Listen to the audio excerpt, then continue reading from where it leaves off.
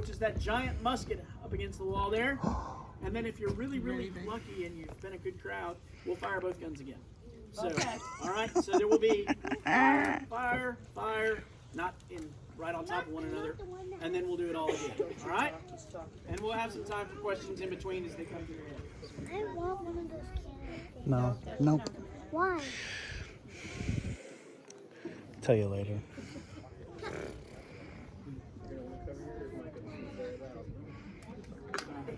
We're going to do the 1 pound first. Stay down there. You got the 1 pound? Yeah, all right. Yeah. All right. Coach, peace. All right, here it goes.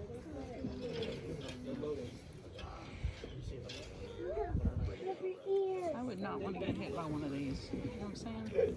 A cannonball or the cannon? It'll be louder than a firecracker. Put your head up. Put it on. Stop. 1 pound, solid shot.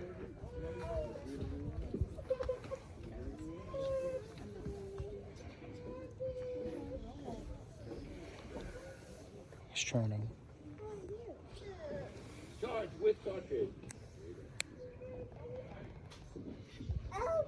Ran down cartridge.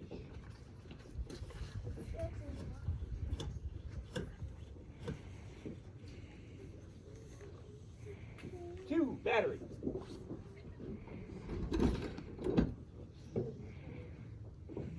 Quick and prime.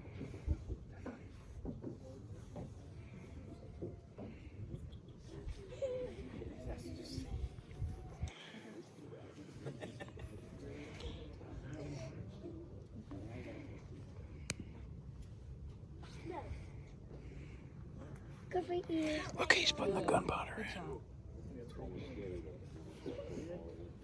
This part where you want to cover your ears. Clear. Stay game. Cover your ears. Give. Fire. Finger in your ears. That scared me. Hey, Cool. hey, That's come on. Give me 5, dude. Good job. Ooh, it stinks. Oh, thanks. I bet hers does. I'm just saying. All day. Shoving those peppermints. I remember my first scent now. I'm gonna do another one. They're going to do the big guy. Whoa. Yeah, I don't know. Nana's going to cover her ears on this one. I like it when it fires. Well, next month on your birthday, you take care of that. How about that? Sounds good. You can hear from there. 3 pounds, solid shot. Gotta wear those shoes. I'm like a war elf. Yeah, and they got the guy with the fire. Didn't have any, Yeah. you know? Where's the regulations there? But we gotta put railings up. Isn't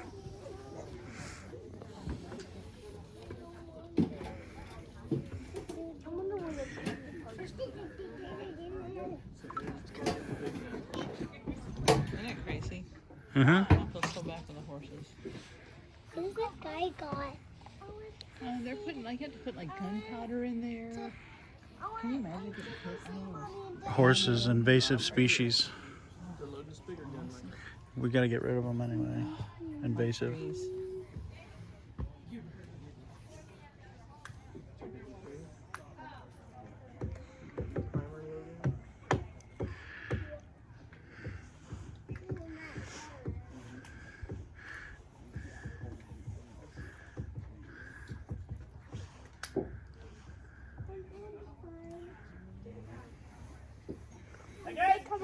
You ready?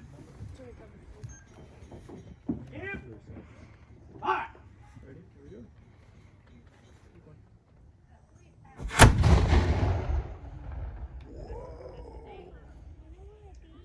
Well, come on. Let's go. Say what? Oh, Daddy. Hey, chill. You like that? Was that cool? Let's go. That was a cannon. That was a Go. 5-pound cannon. You want to leave? I want to go to mommy and Why? Why? Guys, it's trouble. Do you have any questions about this? Yes. You do? Okay. What's your question?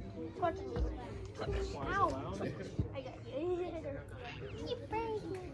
There's an explosion.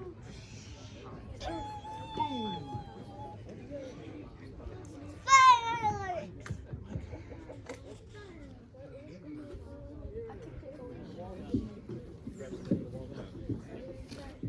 They're going to shoot that big giant. All right, those were the two cannons.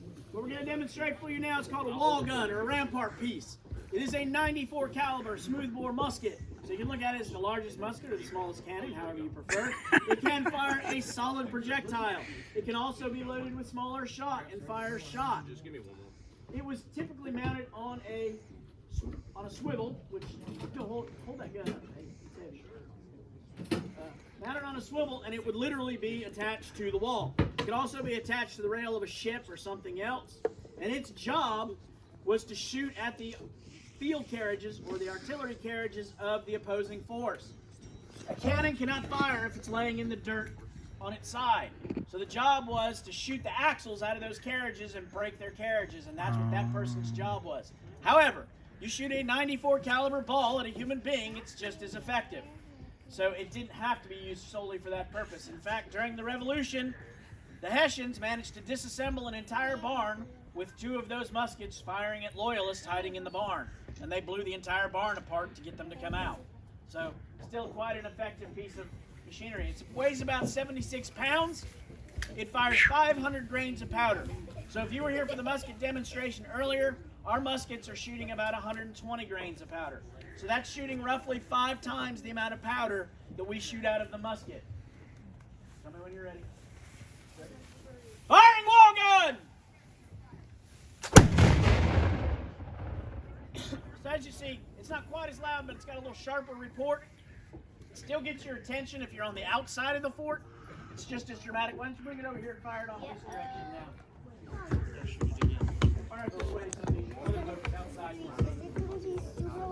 Yeah, get your fingers off my glasses.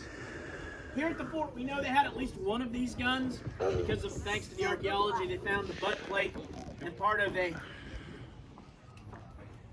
hammer for one of those guns. We know they had at least one there, which was great for us because that meant we got to get a replica and use it. So that's really all that was important about that for us.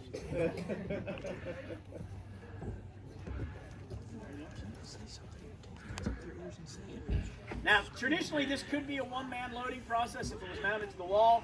Obviously, with the weather and the fact that we don't know who's going to be up on this platform, we don't leave it mounted. So it becomes a 2-man operation, and you can fire it in the field as a 2-man operation where one man does the same thing we're doing here. One holds the barrel weight, the other one actually fires the gun. Go back that way, please. Thank you. You ready? Pull her back. Firing! Fire.